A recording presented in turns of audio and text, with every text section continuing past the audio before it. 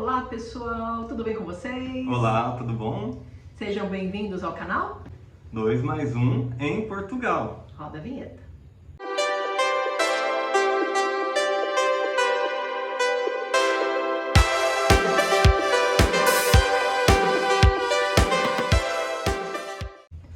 Bom pessoal, hoje a gente resolveu gravar esse vídeo sobre as nossas experiências sobre como residir em Portugal legalmente com nacionalidade espanhola.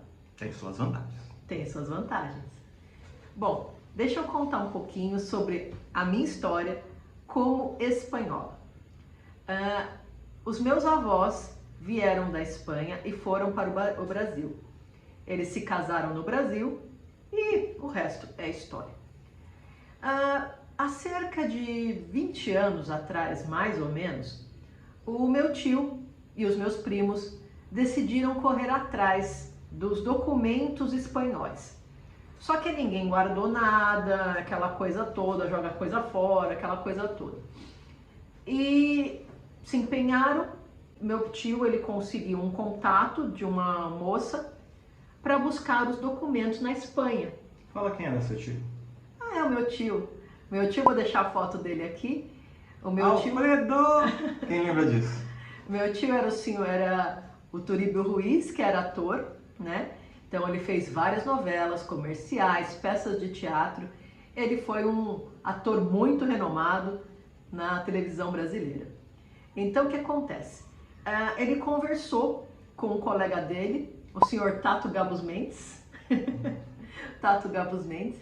E o Tato falou para ele que ele tinha o contato de uma senhora que cuidava de nacionalidade espanhola.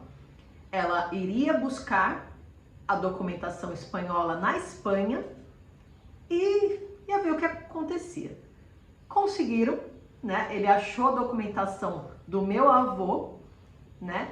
E foi assim que a gente conseguiu a nacionalidade espanhola. Em 2012, eu dei entrada na minha nacionalidade espanhola. Eu fui uma das últimas pessoas da fila a dar entrada, porque a lei dos netos, a antiga, ela foi revogada no final de 2012. No ano passado foi promulgada uma nova, vou deixar aqui para vocês o número da lei, né?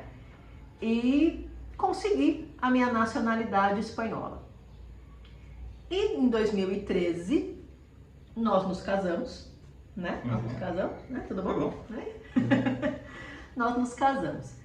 E no final de 2013, a minha nacionalidade saiu, né? Então, a partir daquela data, a Espanha me declarou como nacional espanhol. Você vê que boa sorte o casamento trouxe, né? Opa!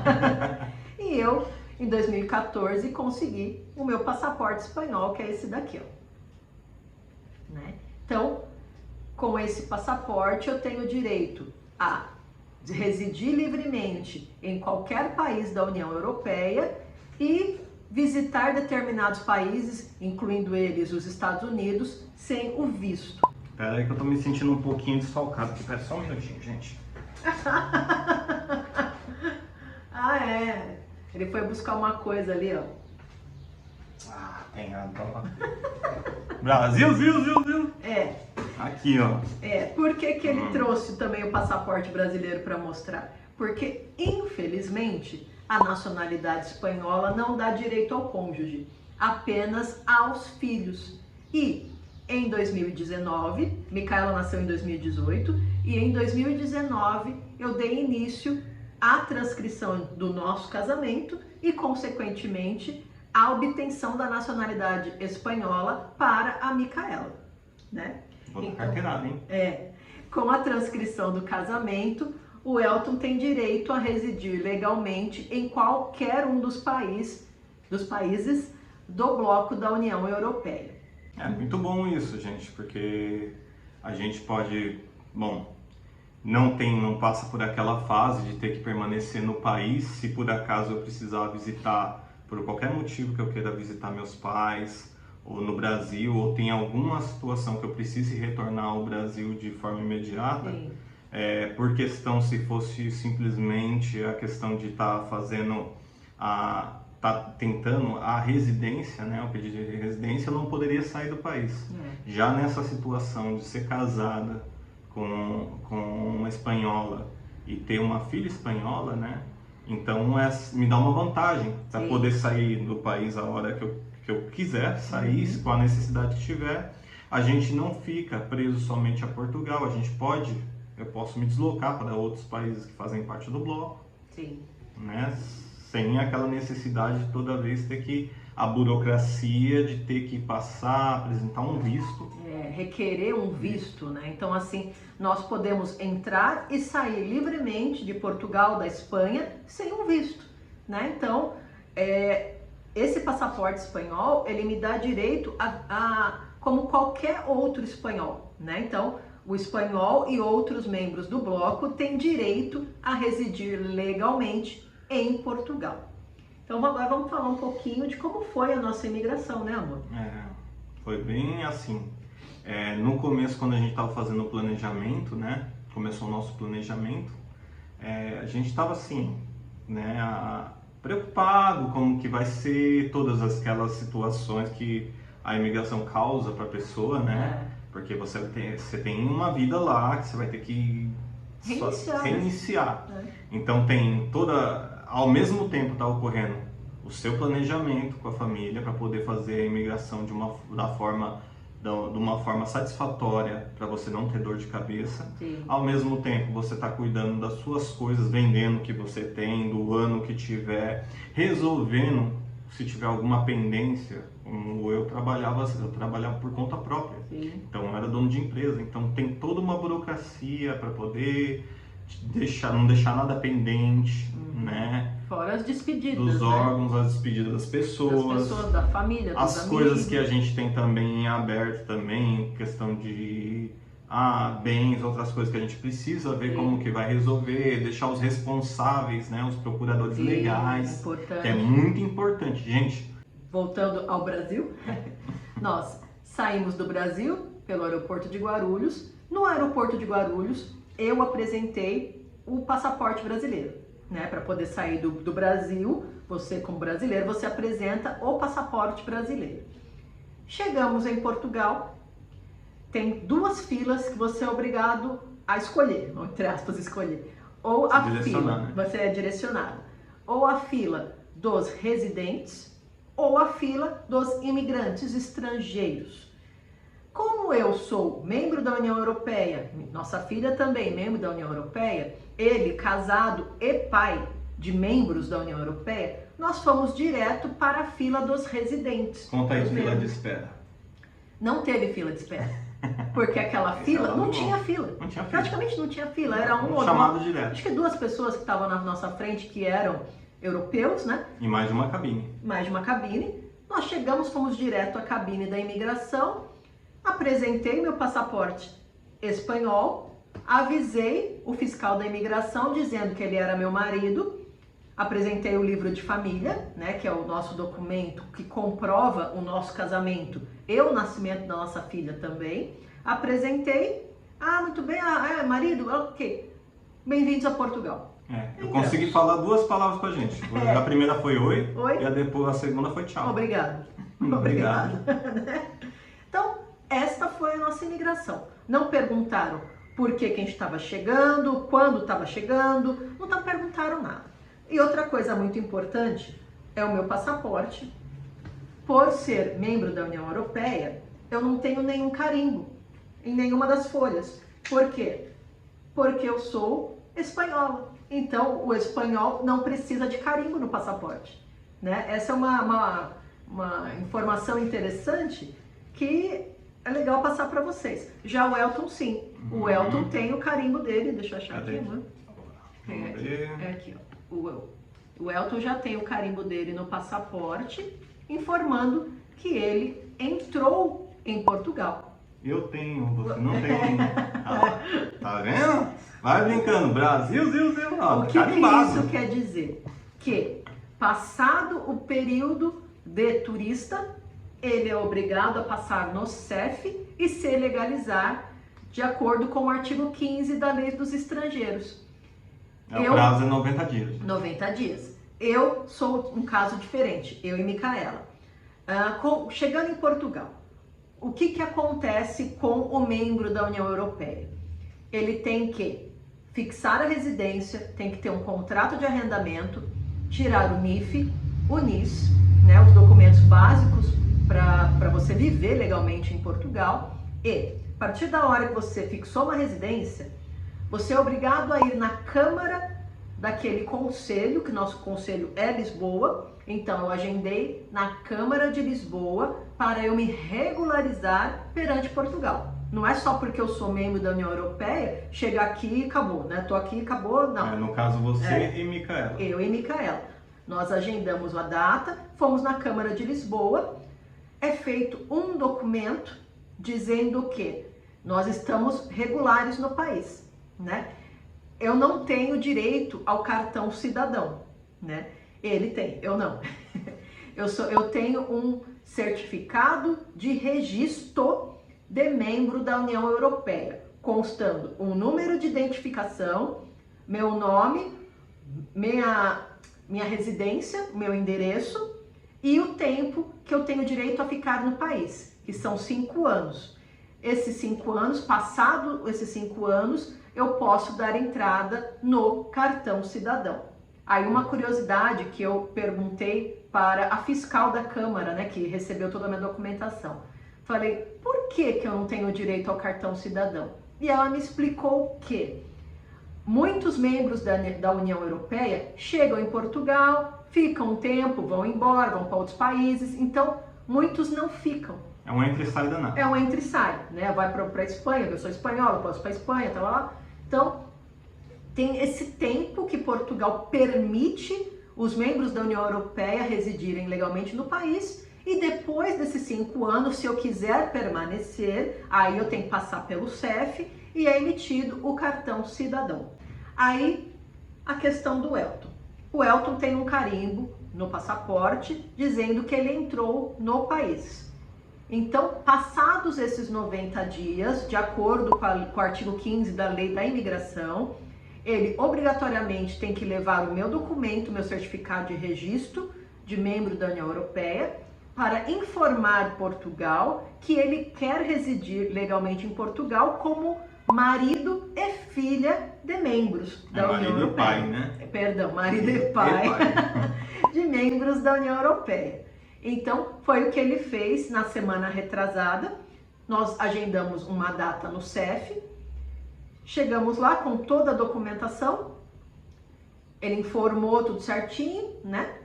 Foi tirada a foto e vai ser emitido o cartão cidadão para ele daqui 2 meses. O que ele tem é o direito de permanência, o direito de residir legalmente com a família, o que é diferente do reagrupamento familiar.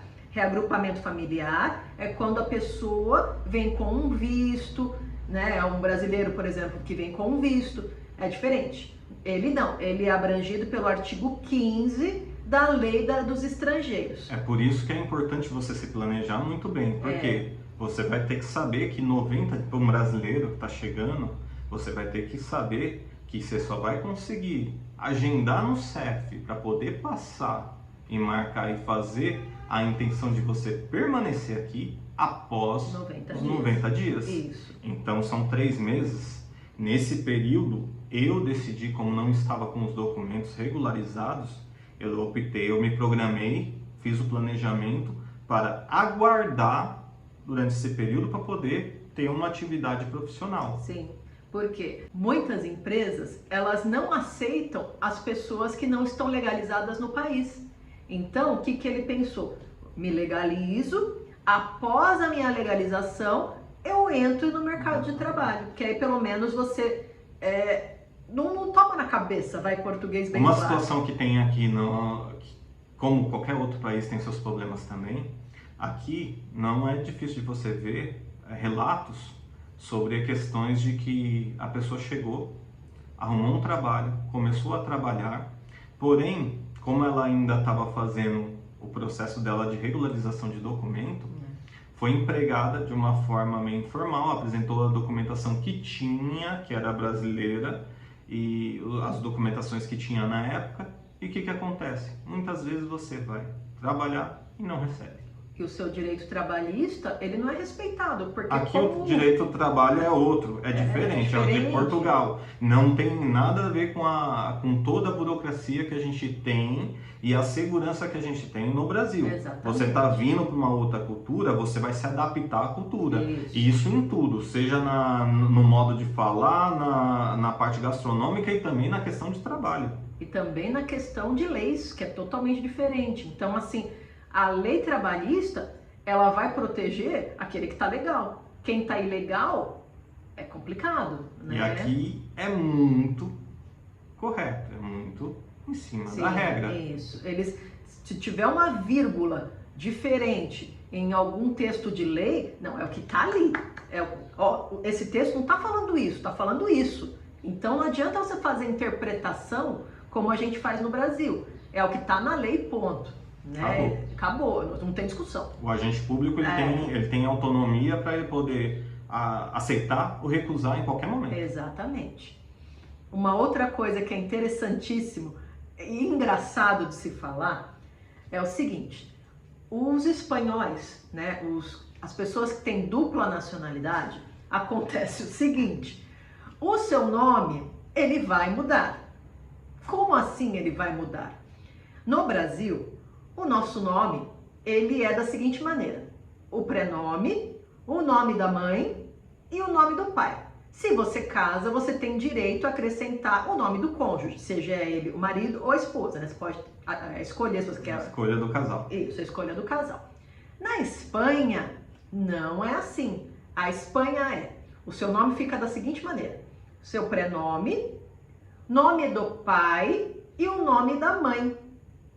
Ou seja, as pessoas que adquirem a dupla nacionalidade espanhola, sem a pessoa pedir, a Espanha vai alterar o seu nome, sem você pedir.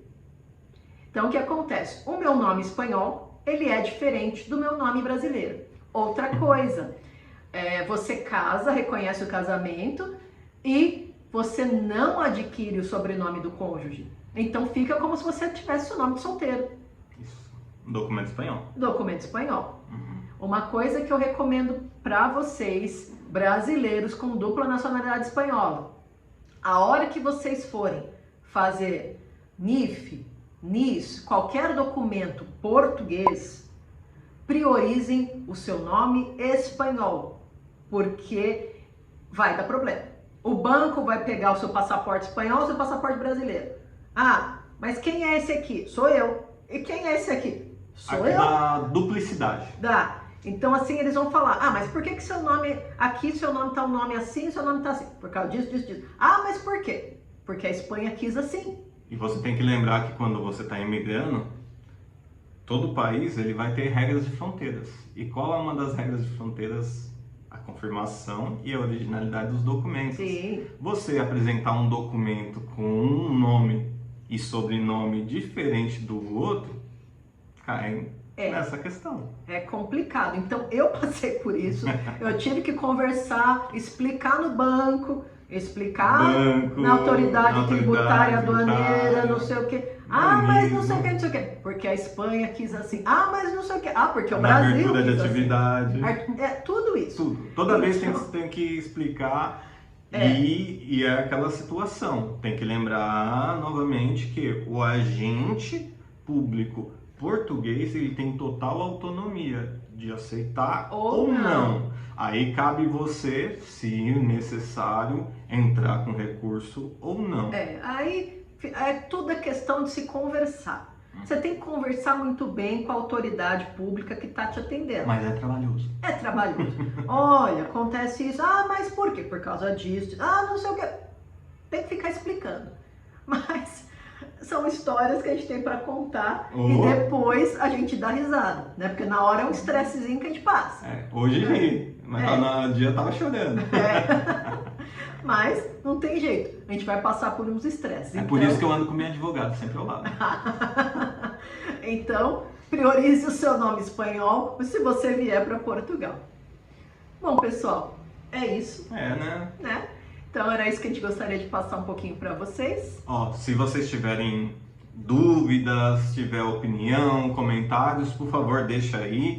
Isso. Lembra também de deixar aquele joinha que nos ajuda muito, Isso. tá? Se inscreve, se não for inscrito, deixa aquele, né? Se inscreve lá, ajuda, colabora pra gente muito, tá? E É isso. é isso, Um né? grande beijo para vocês. É isso daí. Muito obrigada por nos assistir. Obrigado. E um grande beijo. Até a próxima. Até mais.